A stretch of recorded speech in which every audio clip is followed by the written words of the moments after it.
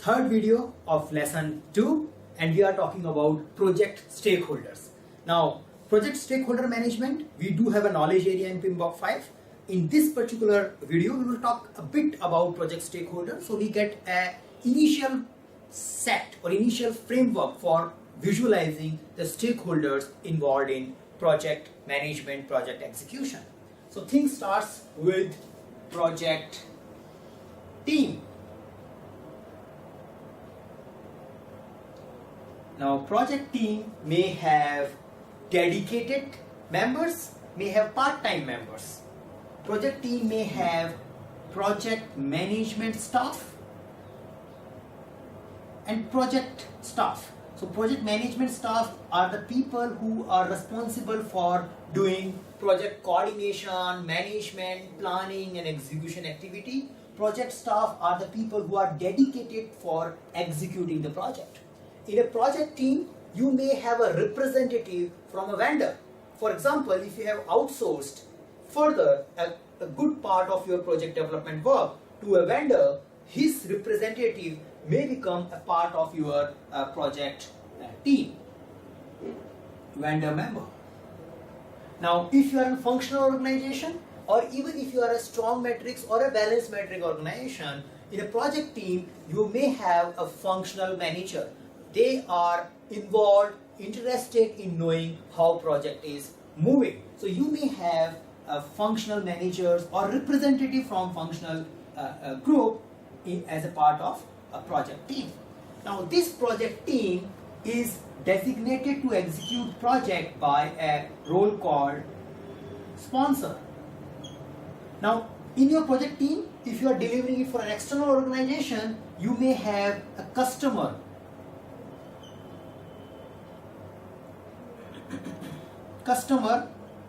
or a user representative also as a part of a project team.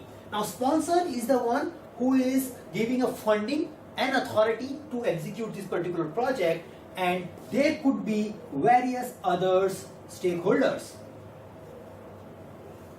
Now, these are the stakeholders who are getting influenced by the project outcome. The influence could be positive influence, the influence could be negative influence. So whoever is interested in knowing how the project is moving forward, or whoever is getting impacted because of the project success or failure, are considered as a stakeholder. So they are project stakeholders. If you are doing for an external organization, your customer is going to be a big stakeholder. Government agency could be a big stakeholder because they want to ensure that whatever you are doing is in compliance with the government structure, with the rule and regulation which is provided by the country. Environmental group could be a stakeholders if you are working on a project which has something to do with the environment.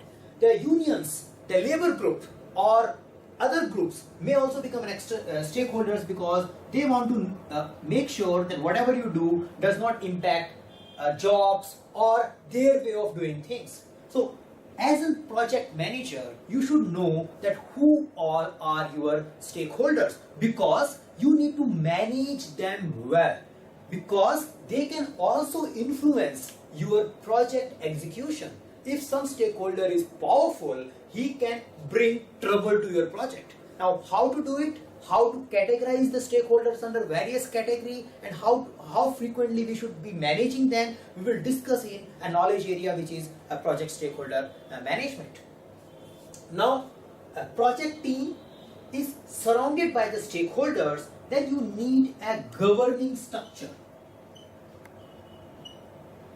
Now, governing is something which gives a framework to monitor and control the project. So project would be having an internal monitoring. So inside you says you are doing monitoring and control, but outside, so beyond project at an organization level, you need to have a governing structure which may be a part of PMO group, which ensures that projects which are getting executed inside the organizations are in alignment with the organization goal.